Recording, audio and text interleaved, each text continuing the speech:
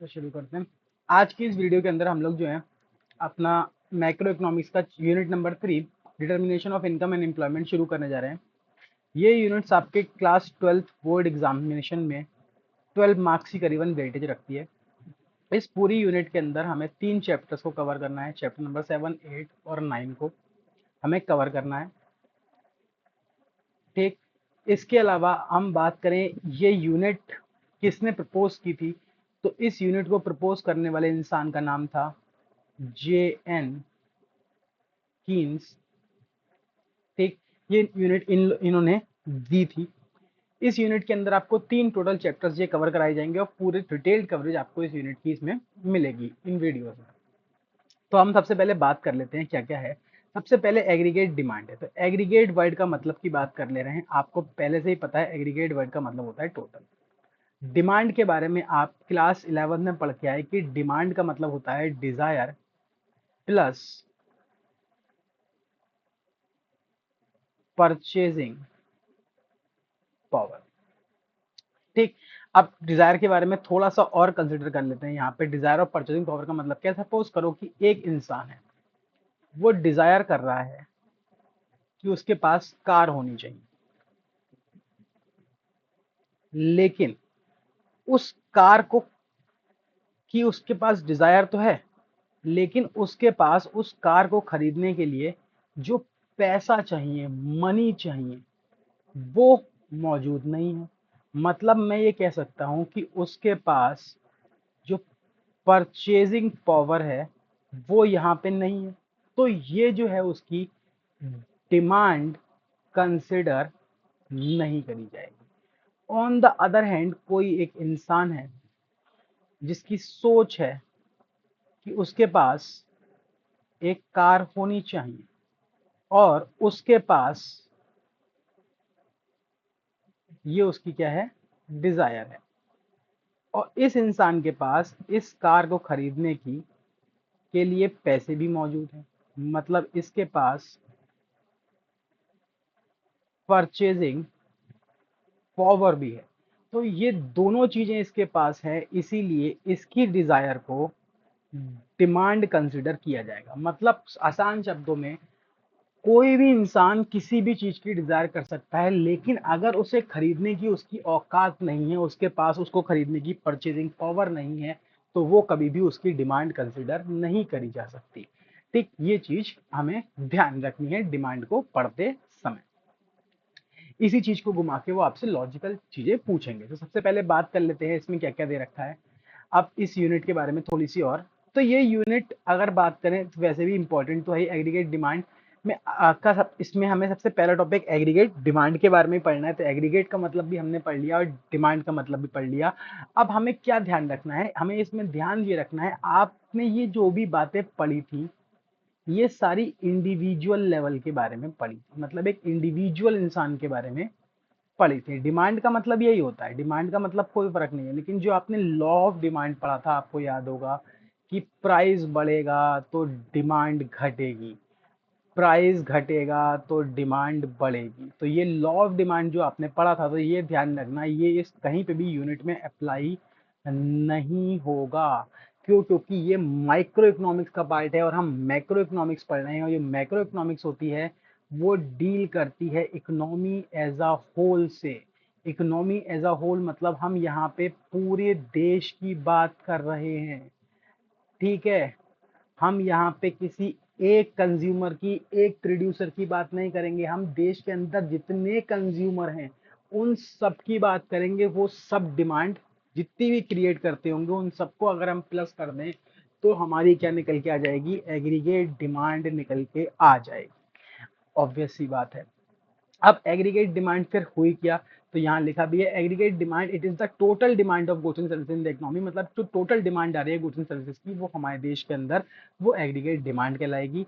Basically हम ये कह सकते हैं ये क्या होता है, टोटल एक्सपेंडिचर होता है जो किसके ऊपर किया जा रहा है, गुड्स और सर्विसेज के ऊपर किया जा रहा है हमारे देश के अंदर।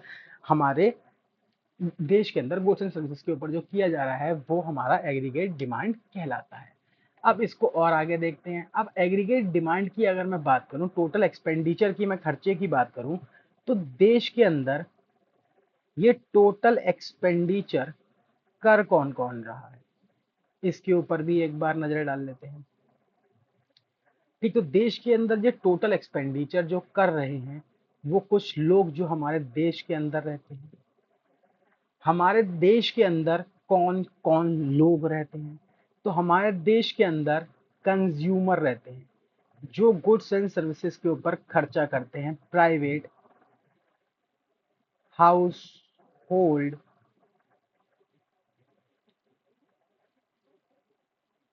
कंजप्शन एक्सपेंडिचर जिसे हम लोग कहते थे।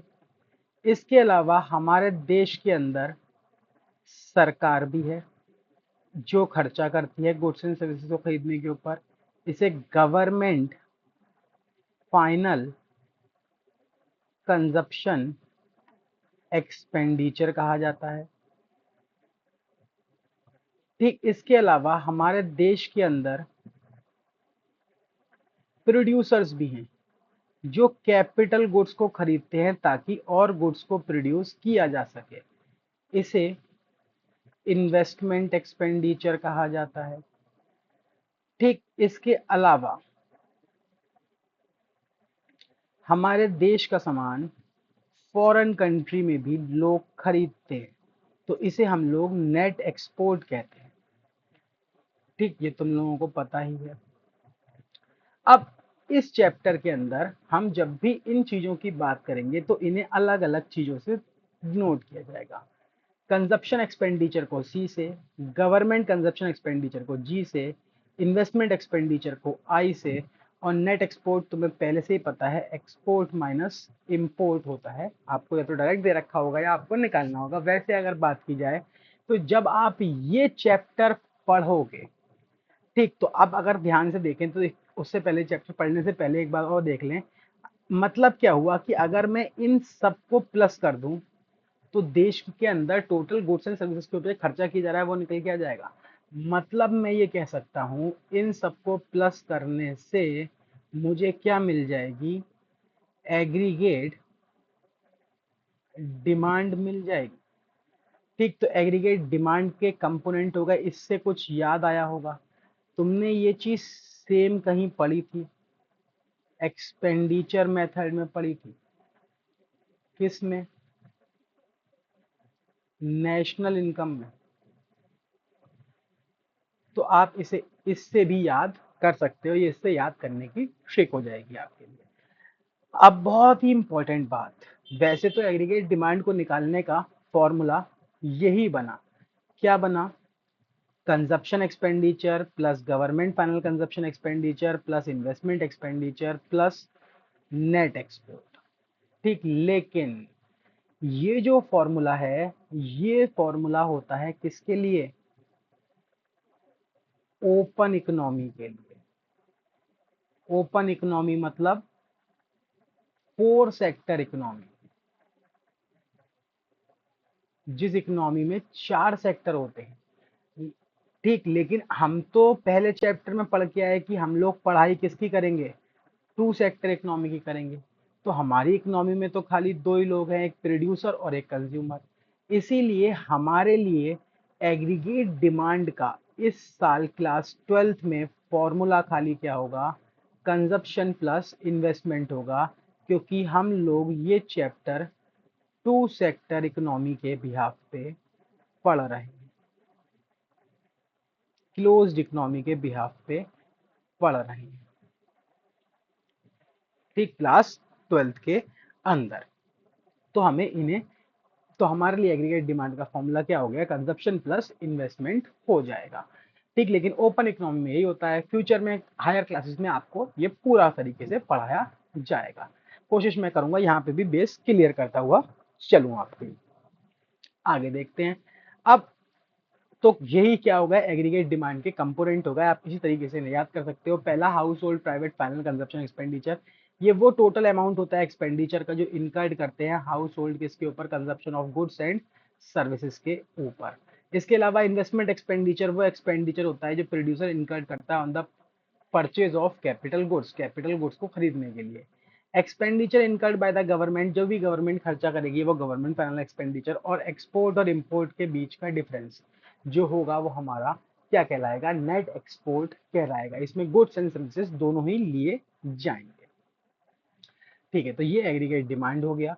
अब एग्रीगेट डिमांड को डिटेल में पढ़ने के लिए, डिमांड और शेड्यूल, इसका मतलब एग्रीगेट डिमांड का शेड्यूल और कर्व बनाने के लिए, इस कर्व को डिटेल में समझने के लिए हमें एग्रीगेट डिमांड के ये दोनों कंपोनेंट जो सी और आई है, कंजप्शन एक्सपेंडिचर और इन्वेस्टमेंट एक्सपेंडिचर, इन्हें डिटेल में पढ़ना पड़ेगा।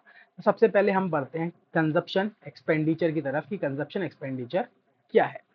तो कंजप्शन एक्सपेंडिचर की अगर मैं बात करूं, कंजप्शन जो है वो क्या होता है, फंक्शन होता है किसका, इनकम का।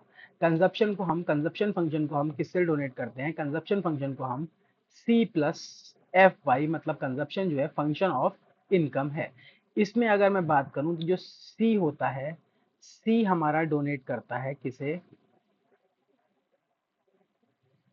कंजप्शन को, और जो वाई होता है ये आपका डोनेट करता है किसे, इनकम को। तो इतना आपको यहाँ पे ध्यान रखना है।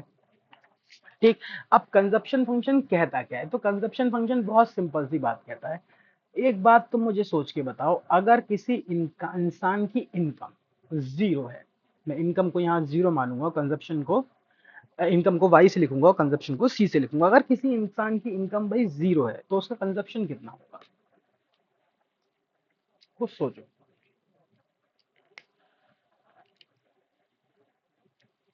ऑब्वियस सी बात है, अगर कोई पैसे, किसी हाउस होल्ड की इनकम जीरो है तो उसका कंजप्शन क्या होना चाहिए, जीरो होना चाहिए। जैसे जैसे इनकम बढ़ेगी वैसे वैसे कंजप्शन बढ़ेगा, ये तो कॉमन सी बात है, ये तो तुम्हें भी पता है। ठीक, जैसे जैसे फिर इनकम बढ़ेगी फिर कंजप्शन बढ़ेगा, है ना, कायदे में यही होना चाहिए, लेकिन ऐसा नहीं होता है। ठीक, ये आपको ध्यान रखना है, ऐसा नहीं होता है। कीन्स का कहना था कि ऐसा पॉसिबल ही नहीं है कि किसी इंसान की इनकम क्या हो, जीरो हो, और वो अगर हम बात करें क्या कर रहा हो, उसकी इनकम जीरो हो और वो कोई भी चीज कंज्यूम ना कर रहा हो, consumption can never be zero. ये मेरा नहीं, कीन्स का कहना था। ठीक, तो अब कीन्स ने क्या कहा उसको हम एक शेड्यूल बना के देखते हैं कि कीन्स का कहना क्या था।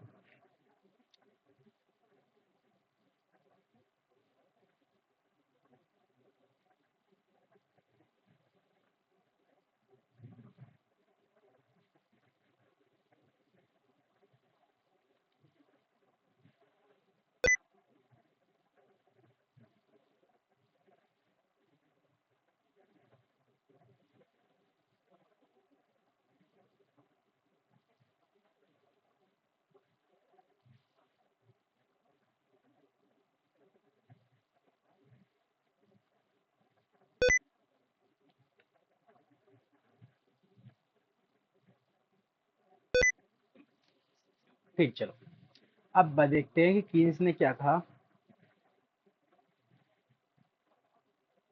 कीन्स के अकॉर्डिंग कि किसी भी इंसान की जो इनकम है, ठीक, इनकम को हम यहाँ वाई से डोनेट करेंगे, और जो हमारा कंजप्शन है उसे हम लोग सी से डोनेट करेंगे। कीन्स का कहना था अगर किसी इंसान की इनकम जीरो भी है तो उसका कंजप्शन जीरो नहीं हो सकता, वो कुछ ना कुछ कंज्यूम कर ही रहा होगा। जैसे तुम अपने ऊपर ही ले लो, अभी तुम्हारी इनकम का लेवल क्या है, बिल्कुल जीरो है, आप लोग कोई भी चीज रुपया नहीं कमाते हो लेकिन तब भी कोई ना कोई रुपया तो खर्च करते हो। ऑन द कॉन्ट्ररी लेवल आप किसी भी ऐसे घर को देख लो जहाँ पे कोई भी इंसान पैसे नहीं कमा रहा हो, कोई भी ऐसा इंसान आपकी नज़र में हो सकता है जो बिल्कुल भी पैसे नहीं कमा रहा होगा, ठीक, आओ कमाने की एज में भी होगा लेकिन उसका कंजप्शन तब भी जीरो नहीं होगा, वो कुछ ना कुछ कपड़े पहन रहा होगा, जूते पहन रहा होगा, कुछ ना कुछ खा रहा होगा, ये कॉमन सी बात है। इनफैक्ट जो कोविड का टाइम भी पीछे रह के देखा आपने जो निकला, उस समय के टाइम पे भी लोगों की इनकम क्या थी, जीरो हो गई थी। बहुत सारी फैक्ट्रीज होटल्स वगैरह बंद हो गए थे, जो होटल के ओनर्स थे उनकी इनकम पे जीरो हो गई, नहीं हो गई। नॉर्मल सी बात सोच के देखो, क्या उन्होंने खाना बंद कर दिया होगा, खाना खत्म कर दिया होगा, उनका कंजप्शन जीरो हो गया होगा इनकम जीरो होने की वजह से, नहीं होगा ना, कुछ ना कुछ तो वो तब भी कंज्यूम कर रहे होंगे, चाहे भले ही मिनिमम लेवल पे कंज्यूम कर रहे हो, तो कंजप्शन तो कर रहे होंगे। तो कीन्स का यही कहना था कि जीरो लेवल ऑफ इनकम पे भी किसी भी इंसान का जो कंजप्शन है वो कभी भी जीरो नहीं हो सकता। और ये जो कंजप्शन होगा ये क्या कहलाता है हमारा, कीन्स के हिसाब से ये हमारे लिए ऑटोनॉमस, यू आएगा सॉरी यहाँ पे, कीन्स के हिसाब से ये हमारे लिए क्या होता है, ऑटोनॉमस कंजप्शन होता है। और इसे कीन्स ने डोनेट किया सी बार से, मतलब जीरो लेवल ऑफ इनकम पे जो कंजप्शन होगा वो ऑटोनॉमस कंजप्शन होगा। अब एक बहुत ही कॉमन सा सवाल बच्चे के दिमाग में आता है यहाँ पे ये सुनने के बाद कि सर ये 60 रुपए, माना चलो उसकी इनकम जीरो है, वो 60 रुपए कंज्यूम भी कर रहा है, तो ये 60 रुपए आ कहाँ से रहे हैं कंज्यूम करने के लिए उसके पास? बहुत ही लॉजिकल सा सवाल है, कहाँ से आ रहे हैं? एक मिनट को सोच के देखो इसके बारे में। अभी मैंने क्या कहा, कोविड के टाइम पे जो होटल ओनर्स होंगे उन सबके होटल्स उस समय नहीं चल रहे हैं, बंद हो गए थे, ऑब्वियस सी बात है, मॉल्स बंद हो गए थे। तो क्या इनके जो ओनर्स थे उनकी इनकम जीरो हो गई थी नहीं हो गई थी? On the on on contrary basis ये सोच के देखो, तो वो जो खर्चा कर रहे होंगे कुछ ना कुछ तो कंज्यूम कर रहे होंगे, वो पैसा कहाँ से आ रहा होगा? यस, ऑब्वियस सी बात है, ये पैसा कहाँ से आ रहा होगा? उनकी जो पास्ट सेविंग्स होंगी, जो उन्होंने पहले के टाइम पे बचा के रख रखी होंगी, ये पैसा वहां से निकल के आ रहा होगा। ये 60 रुपए वहां से निकल के आए होंगे। अब कोविड का टाइम खत्म हुआ भाई, तो इनकम बढ़ना शुरू हुई, हल्के हल्के थोड़ी कम इनकम होगी, जैसे मान लो 100, तो कंजप्शन भी तो बढ़ेगा। मैं मान लेता हूँ कंजप्शन कितना हो गया, 130 हो गया। इनकम फिर से बढ़ गई 200। मैं मान लेता हूँ कंजप्शन कितना हो गया, 200 हो गया। फिर से इनकम बढ़ गई, 300 हो गई। कंजप्शन 270 हो गया। इनकम फिर से बढ़ गई, 400 हो गई। कंजप्शन 340 हो गया। इनकम फिर से बढ़ गई, 500 हो गई। कंजप्शन 410 हो गया। इनकम फिर से बढ़ गई, 600 हो गई। कंजप्शन 480 हो गया। तो कीन्स का ये कहना था कि कंजप्शन जो है वो इनकम के बढ़ने के साथ साथ लगातार बढ़ता है, लेकिन जो ये कंजप्शन है ना मेरे भाई, ये कंजप्शन अगर तुम ध्यान से देखो 60 से 30 हुआ तो कितने से बढ़ा, 70 से बढ़ा। ऐसे ही यहाँ देखो 30 से 130 से 270 हुआ, कितने से बढ़ा, 70 से बढ़ा। 200 से 270 हुआ, कितने से बढ़ा, 70 से बढ़ा। ऐसे ये यहाँ से कितना हुआ, फिर 70 से बढ़ा। फिर देखो ये कितने से बढ़ा, 70 से बढ़ा। और फिर देखो तो ये कितने से बढ़ा, 70 से बढ़ा। मतलब कि इनका कहना था कि कंजप्शन बढ़ता तो है, लेकिन कंजप्शन कैसे बढ़ता है, कांस्टेंट रेट से बढ़ता है। कंजप्शन इंक्रीज तो कर रहा है, लेकिन कैसे रेट से इंक्रीज कर रहा है, कांस्टेंट रेट से कंजप्शन इंक्रीज कर रहा है। ठीक, ये हमारे कीन्स का कहना था। अब अगर इसी चीज को हम ग्राफ में कर्व पे ले लें, तो ये हमारे लिए क्या हो जाता है, कंजप्शन का कर्व हो जाता है। तो इसे अब हम कर्व पे बना लेते हैं, तो ये कैसा बनेगा, इतना लेते हैं।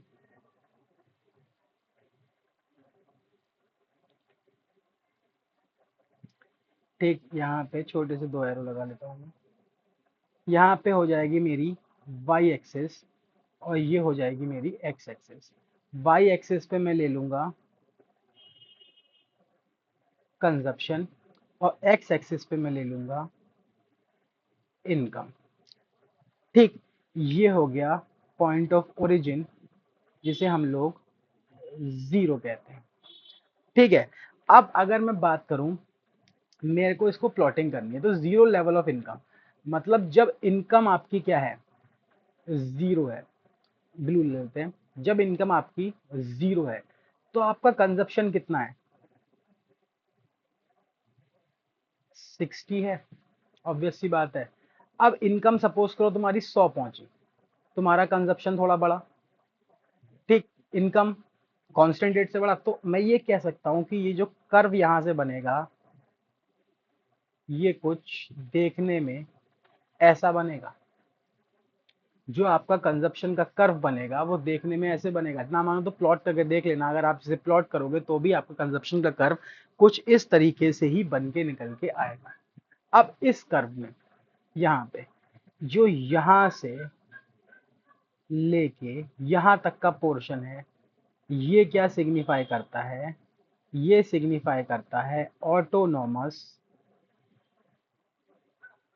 कंजप्शन, क्योंकि ये जीरो लेवल पे है आपका। इसे हम लोग क्या कहते हैं? सी बार कहते हैं।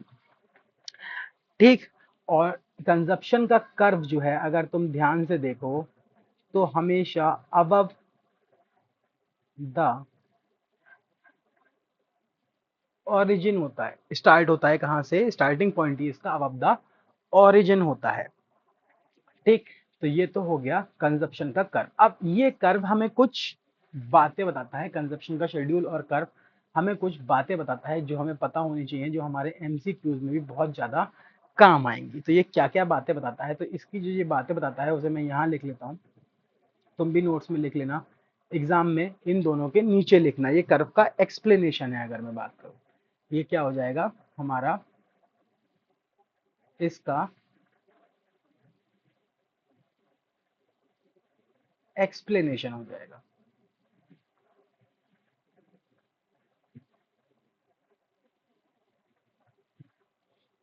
ठीक, कहाँ गया ब्लू पेन? ये रहा। तो लिखना शुरू करते हैं। तो इससे हमें क्या पता लगा? हमें इससे सबसे पहली बात जो पता चली, consumption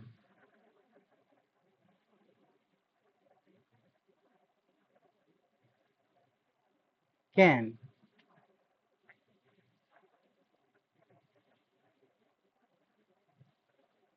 never be zero. Consumption जो है वो कभी जीरो नहीं हो सकता। और क्या पता चला? और हमें पता लगा at zero level of income, zero level of income पे जो कंजप्शन होगा, कंजप्शन इज नोन एज, उसे हम लोग ऑटोनॉमस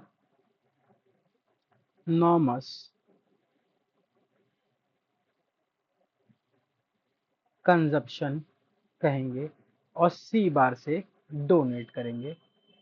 और क्या पता चला? और इससे हमें तीसरी बात पता चली कि autonomous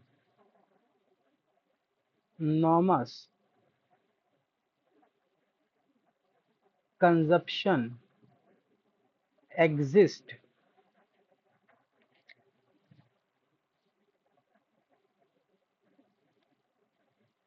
because of past savings. ये किसकी वजह से एग्जिस्ट करता है? पास्ट सेविंग्स की वजह से एग्जिस्ट करता है। तीसरी तीन बातें हो गई। चौथी बात,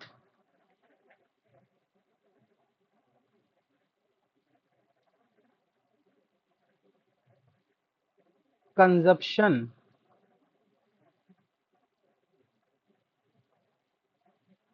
फंक्शन इज, कंजप्शन फंक्शन कैसा है?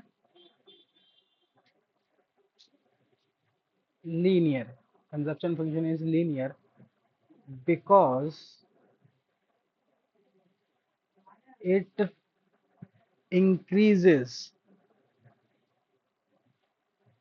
बिकॉज इट मत लिखो, because consumption increases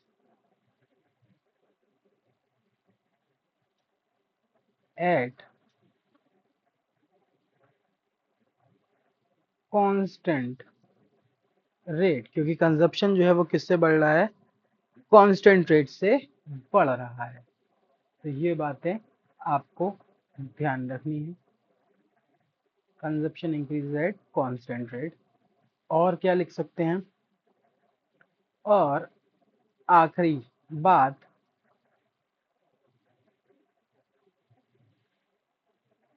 mathematically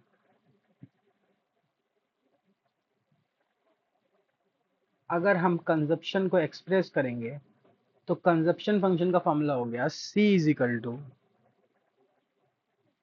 C bar plus B Y. अब यहाँ पे अगर मैं बात करूं इस फॉर्मूले के अंदर, ये मैथमेटिकली हमारा फॉर्मूला होता है, इस फॉर्मूले के अंदर ये सी डोनेट करता है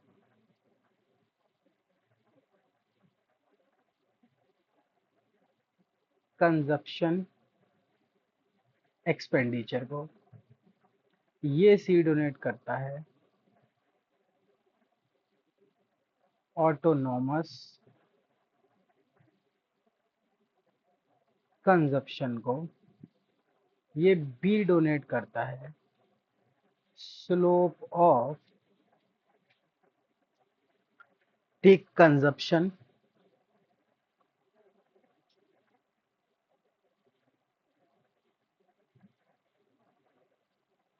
कर्व को, और ये वाई डोनेट करता है इनकम को। ठीक, तो ये हमारा कंजप्शन का फॉर्मूला होता है, मैथमेटिकली इसे ऐसे लिखा जाता है। ठीक है, तो ये हो गया आपका कंजप्शन फंक्शन, जो हमने पूरा कवर यहाँ पे कर लिया विद डिटेल्ड इंफॉर्मेशन। इसके बाद, ठीक, इसके बाद अगला कंजप्शन फंक्शन कंप्लीट हो गया। कंजप्शन फंक्शन के बाद अगला हमें पढ़ना होता है इन्वेस्टमेंट एक्सपेंडिचर। ठीक, हमें क्या पढ़ना होता है, इन्वेस्टमेंट एक्सपेंडिचर के बारे में पढ़ना होता है। इन्वेस्टमेंट एक्सपेंडिचर क्या है, फंक्शन है किसका, रेट ऑफ इंटरेस्ट का। इसलिए इन्वेस्टमेंट एक्सपेंडिचर को function of rate of interest या फंक्शन ऑफ इंटरेस्ट, यहाँ पे आर भी रेट ऑफ इंटरेस्ट है और यहाँ पे आई भी रेट ऑफ इंटरेस्ट ही होता है। कहीं कहीं पे ये एफ आर के तौर पे दे रखा होता है, कहीं कहीं पे एफ आई के तौर पे दे रखा होता है। अब इसका मतलब क्या है, इन्वेस्टमेंट जो है कैसे रेट ऑफ इंटरेस्ट का फंक्शन, तो इसको हमें समझना पड़ेगा। तो इसको अपने लोग समझते हैं। जैसे सपोज करो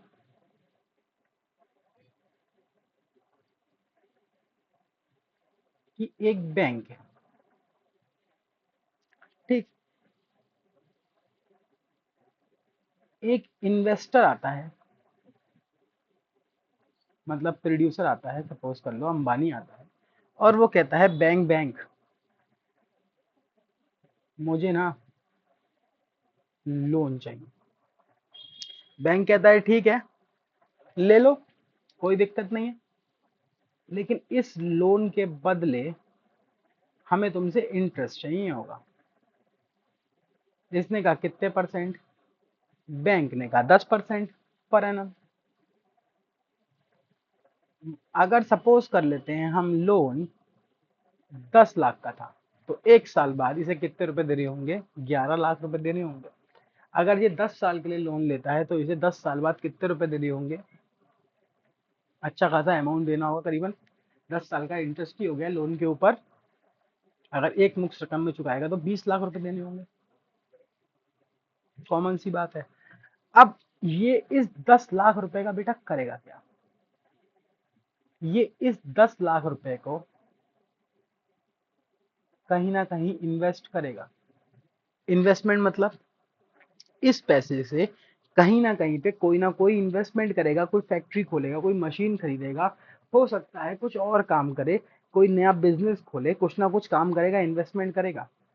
ठीक है, अब 2 मिनट को सपोज करके सोचो कि ये इंटरेस्ट रेट तुम पढ़ के आए हो, उसमें किसमें पढ़ के आए हो, बैंकिंग वाले चैप्टर में, कि आरबीआई के बिहाफ पे चेंज होता है। अब ये इंटरेस्ट रेट बढ़ के कल को 10% से कितना हो जाए, 20% हो जाए, तो क्या अब भी ये इन्वेस्टमेंट करेगा, तो इन्वेस्टमेंट देश के अंदर क्या होगी, कम होना शुरू हो जाएगी, नहीं हो जाएगी। तो मैं कह सकता हूं कि अगर रेट ऑफ इंटरेस्ट जो है वो बढ़ता है, तो इसकी वजह से जो इन्वेस्टमेंट होती है देश के अंदर वो कम होती है। तो इन दोनों के बीच में कैसा रिलेशन हो गया, एक बढ़ रहा है और एक घट रहा है, तो मैं यहाँ पे कह सकता हूँ कि यहाँ पे आपको इनवर्स रिलेशन देखने को मिलेगा।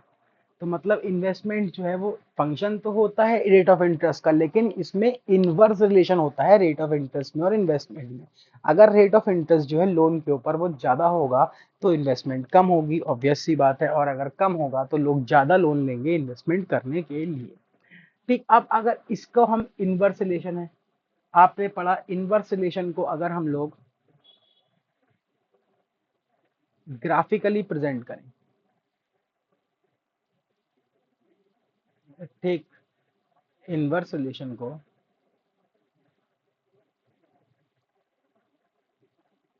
अगर ग्राफिकली प्रेजेंट किया जाए तो कैसे प्रेजेंट करेंगे, तो वो भी देख लेते हैं एक बार।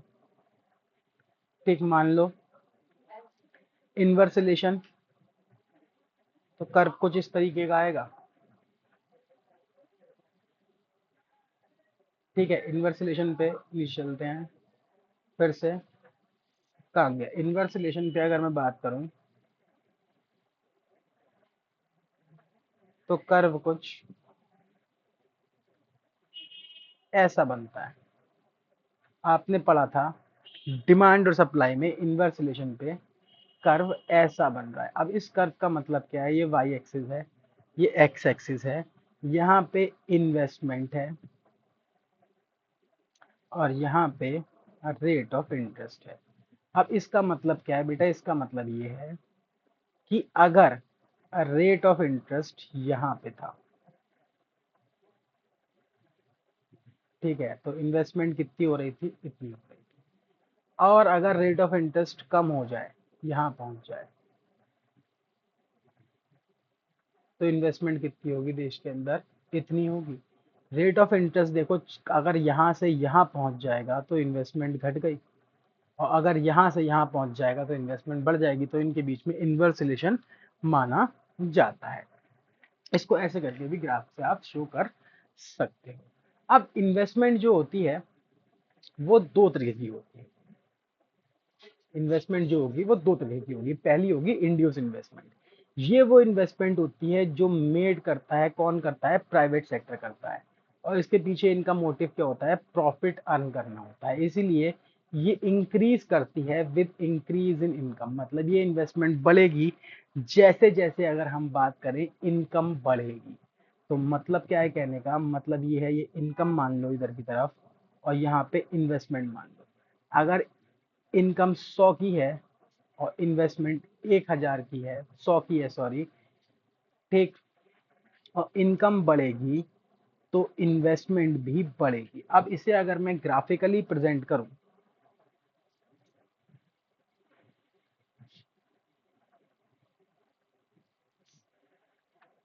अगर इसे हम ग्राफिकली प्रेजेंट करना चाहें तो ये एक्स एक्सिस हो गई, ये वाई एक्सिस हो गई, यहाँ पे इन्वेस्टमेंट ले लेते हैं और यहाँ पे इनकम ले लेते हैं।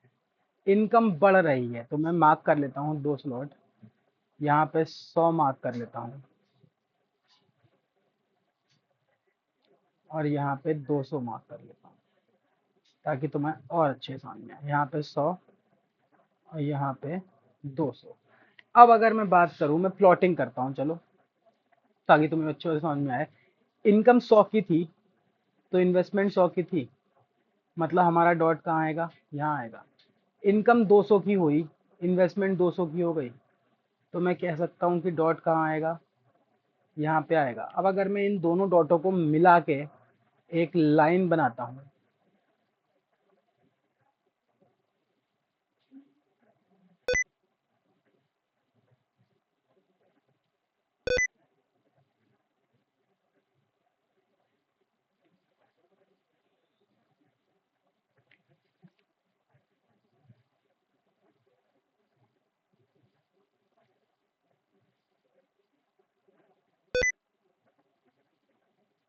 तो वो कुछ ऐसे जाएगी, ठीक। तो मैं ये कह सकता हूँ, वैसे तो टॉयल तिरछी बन गई है, और सही हो सकती है ये लाइन, तो हमें ऐसे लेनी पड़ेगी।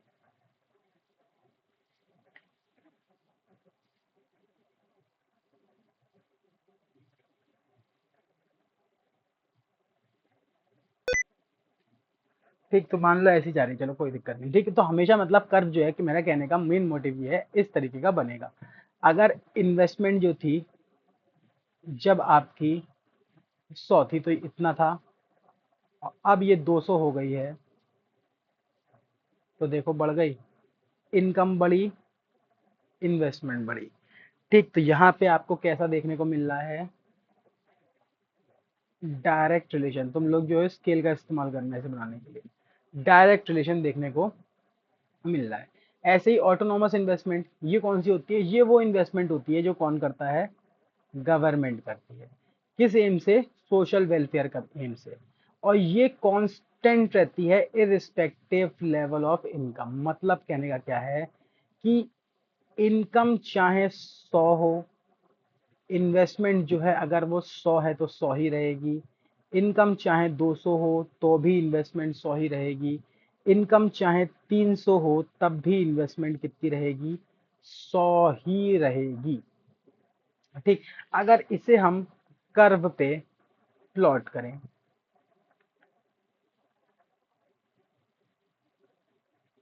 तो कुछ ऐसा सा सीन होगा। यहाँ पे मैं वाई एक्सिस, यहाँ पे एक्स एक्सिस, यहाँ पे इनकम, और यहाँ पे इन्वेस्टमेंट ले लेता हूँ। ये हो गया पॉइंट ऑफ ओरिजिन। ठीक, अब इसमें क्या सीन है, तो इसमें भी हम लोग फटाफट से पॉइंट ले लेते हैं। ये 100, 200 और 300।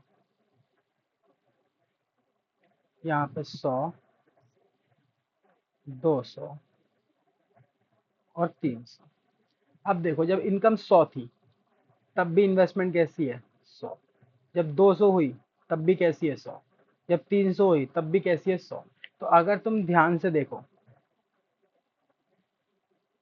तो एक स्ट्रेट लाइन बन रही है, नहीं बन रही है। ठीक, तो इसीलिए अगर ध्यान से देखा जाए तो इन्वेस्टमेंट जो होती है यहाँ पे, आप देख सकते हो जो ऑटोनोमस इन्वेस्टमेंट है वो कांस्टेंट रहती है इरिस्पेक्टिव ऑफ इनकम। तो यहाँ पे आप लिख सकते हो कर्व में कि इसकी शेप के बारे में, रिमेन कांस्टेंट और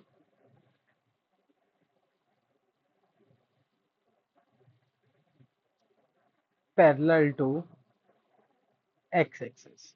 ठीक, ये कैसा है, एक्स एक्सिस के पैरेलल निकलेगा आपका। ठीक, इन्वेस्टमेंट का कितनी भी हो, मतलब इनकम कितनी भी हो, इन्वेस्टमेंट जो है वो सेम रहेगी, वो चेंज नहीं होगी। स्केल से लाइनें सीधी खींचना। ठीक, अब बहुत इंपॉर्टेंट बात जो तुम्हें ध्यान रखनी है, क्या ध्यान रखना है, for the purpose of AD, AD के लिए we consider only autonomous investment. हम खाली ऑटोनॉमस इन्वेस्टमेंट को ही कंसिडर करेंगे, बिकॉज अकॉर्डिंग टू कीन्स, क्योंकि कीन्स के अकॉर्डिंग कौन, because according to Keynes investment remain constant and all level of income during short period. क्योंकि कीन्स का कहना था कि शॉर्ट पीरियड के टाइम पे इन्वेस्टमेंट जो होती है वो हमेशा कांस्टेंट रहेगी। मतलब क्या है सर शॉर्ट पीरियड का और यहाँ पे कांस्टेंट रहने का, देखो दो पीरियड होते हैं इकोनॉमिक्स में हमारे, शॉर्ट पीरियड और लॉन्ग पीरियड। हम इकोनॉमिक्स में प्लानिंग करते हैं तो शॉर्ट पीरियड के लिए करते हैं। शॉर्ट पीरियड मतलब तुम्हारे पास बहुत ही कम समय है, मान लो 1 दिन का, 2 दिन का समय है तुम्हारे पास। लॉन्ग पीरियड मतलब तुम्हारे पास बहुत समय है, 5 साल, 6 साल, 10 साल है। ठीक, तो जो शॉर्ट पीरियड के लिए प्लानिंग हो रही है, 1 साल तक के लिए प्लानिंग हो रही है, 6 महीने अगले महीने तक के लिए प्लानिंग हो रही है, तो तुम्हारे पास इतना समय नहीं है कि तुम कहीं से और से इन्वेस्टमेंट लेके आ पाओ, तो तुम इन्वेस्टमेंट को चेंज नहीं कर पाओगे। तो इसलिए इन्वेस्टमेंट जो होगी वो हमेशा ऑटोनॉमस रहेगी। हम इसीलिए इस चैप्टर में इन्वेस्टमेंट को ऑटोनॉमस कंसिडर करेंगे, क्योंकि हम जो भी पढ़ाई कर रहे हैं वो शॉर्ट रन की कर रहे हैं, 1 साल तक की कर रहे हैं। ठीक, जब आप बड़े लेवल पे आओगे, मतलब बड़े हायर क्लासेस में आओगे, तो आपको लॉन्ग रन में पढ़ाया जाएगा, तो वहां पे आप इंड्यूस इन्वेस्टमेंट का यूज करना भी सीखोगे कि उसका इस्तेमाल कैसे किया जाता है एग्रीगेट डिमांड को निकालते समय। तो अब हमने दोनों चीज़ों को कवर कर लिया, इन्वेस्टमेंट एक्सपेंडिचर भी हमने पढ़ लिया और हमने कंजप्शन एक्सपेंडिचर भी पढ़ लिया। तो अब हम एग्रीगेट डिमांड का शेड्यूल और कर्व जो है वो आसानी से बना सकते हैं।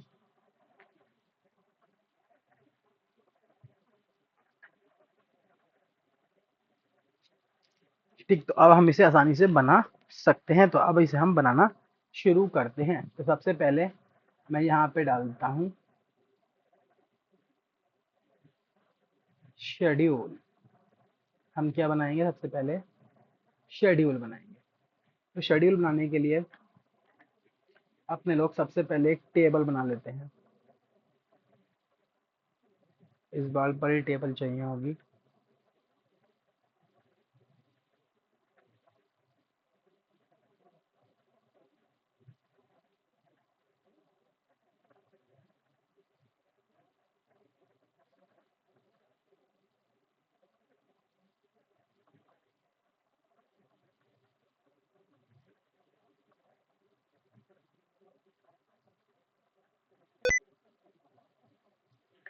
ठीक, हमें कॉलम चाहिए, एक इनकम का,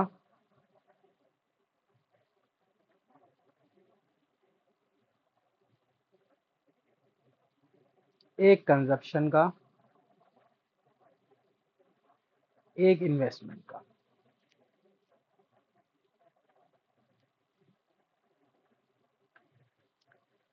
ठीक, तो यहाँ पे हम सबसे पहले अब डालना शुरू करते हैं। हमारी आ जाएगी इनकम। इनकम को हम डोनेट करते हैं वाई से। यहाँ पे आ जाएगा आपका कंजप्शन, इसे हम लोग डोनेट करेंगे सी से। और यहाँ पे आ जाएगा आपका इन्वेस्टमेंट, जो आपको ध्यान रखना है आपके लिए ऑटोनॉमस है, आई। और फिर हमें यहाँ पे चाहिए क्या, एग्रीगेट डिमांड। ठीक, एग्रीगेट डिमांड को निकालने के लिए हमें क्या करना होगा, कंजप्शन और इन्वेस्टमेंट को प्लस करना होगा। तो लिखना शुरू करते हैं। इनकम 0 है तो कंजप्शन हमने पढ़ा था 60 है। ठीक, इनकम बढ़ के 100 हुई, कंजप्शन 130 हो गया। इनकम बढ़ के 200 हुई, कंजप्शन बढ़ के 200 हो गया क्योंकि कांस्टेंट रेट से बढ़ेगा। इनकम बढ़ के 300 हुई, कंजप्शन 270 हो गया। इनकम बढ़ के 400 हुई, 400 हुई, कंजप्शन 340 हो गया, 340। इनकम बढ़ के 500 हुई, कंजप्शन बढ़ के 410 हो गया। चलो यहीं तक लिख लेते हैं, इतने से ही हमारा काम बन जाएगा। आप टेबल को बंद कर देते हैं।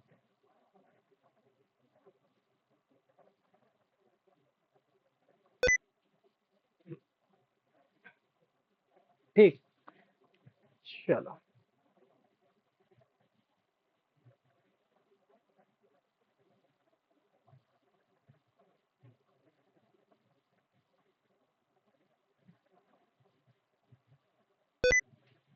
ठीक है।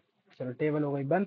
अब इन्वेस्टमेंट की बात करते हैं। तो इन्वेस्टमेंट हमने पढ़ा था हमेशा क्या होगी, ऑटोनॉमस इन्वेस्टमेंट होगी। तो हम ये मान लेते हैं कि ऑटोनॉमस कंजप्शन के बराबर ही हमारी इन्वेस्टमेंट होगी। ये फ्री के पैसे यहीं से आ रहे होंगे, मतलब 60 रुपए के, हम ये मान लेते हैं। तो ये हमेशा कांस्टेंट रहेगी, मतलब 60 रहेगी, कभी भी चेंज नहीं होगी। अब अगर मैं तुमसे कहूं इसे प्लस करो लला और निकालो तो कितना आएगा।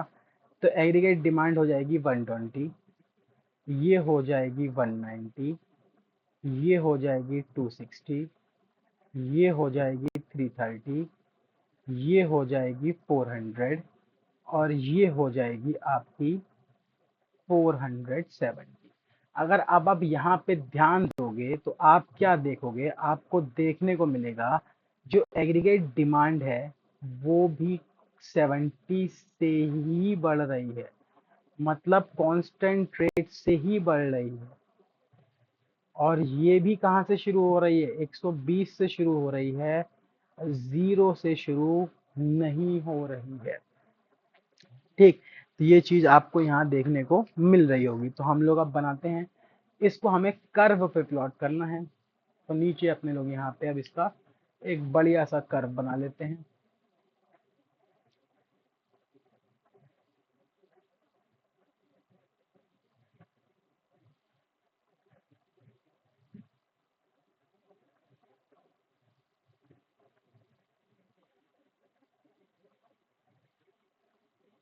ये एक्स एक्सिस, ये वाई एक्सिस, यहाँ पे एडी है, कंजप्शन है हमारा, और इन्वेस्टमेंट है, और यहाँ पे खाली हमारी इनकम है।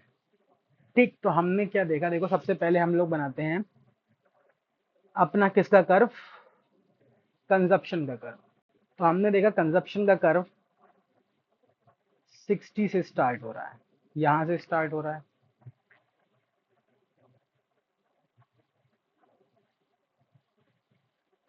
और ये कुछ ऐसे जाएगा। इसके अलावा हमने देखा जो हमारा किसका कर्व है, एग्रीगेट डिमांड का कर्व है, वो 120 से स्टार्ट हो रहा है, तो वो यहाँ से जाएगा।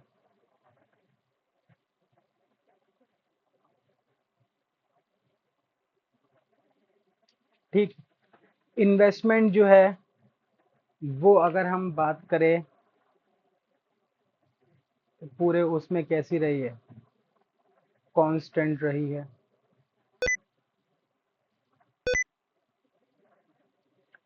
ठीक, तो ये हमारा इन्वेस्टमेंट का कर्व हो गया। तो ये हो गया आपका किस किस का कर्व, इन्वेस्टमेंट का कर्व। ये हो गया आपका कंजप्शन का कर्व।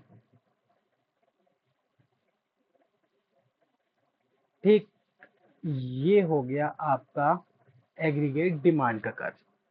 और मजेदार बात पता है क्या है, इसके बीच में जो आप ये गैप देख रहे हो, ये गैप किस चीज का है, ये गैप इन्वेस्टमेंट का माना जाता है। क्यों, क्योंकि अगर ध्यान से देखो तो 60 का डिफरेंस है, 60 क्या है, इन्वेस्टमेंट है। तो इसलिए ये गैप किसका माना जाता है, 60 का माना जाता है।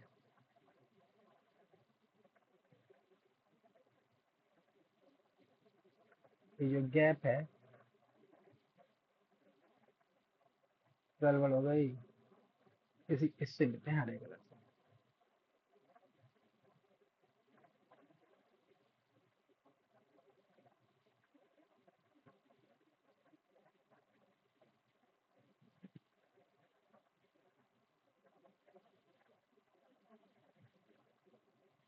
चलो इस कलर मत करो।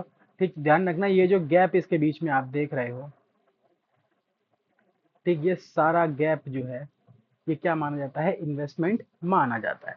तो आपने एग्रीगेट डिमांड का कर्व भी बनाना देख लिया किस तरीके से बनाया जाएगा।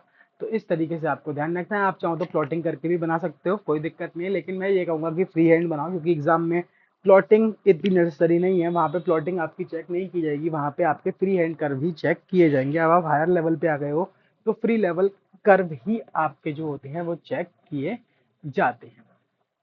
ठीक, इसके साथ ही आज की वीडियो को यहीं पे खत्म करते हैं। आज हमने एग्रीगेट डिमांड का पूरा अपना टॉपिक कवर कर लिया है।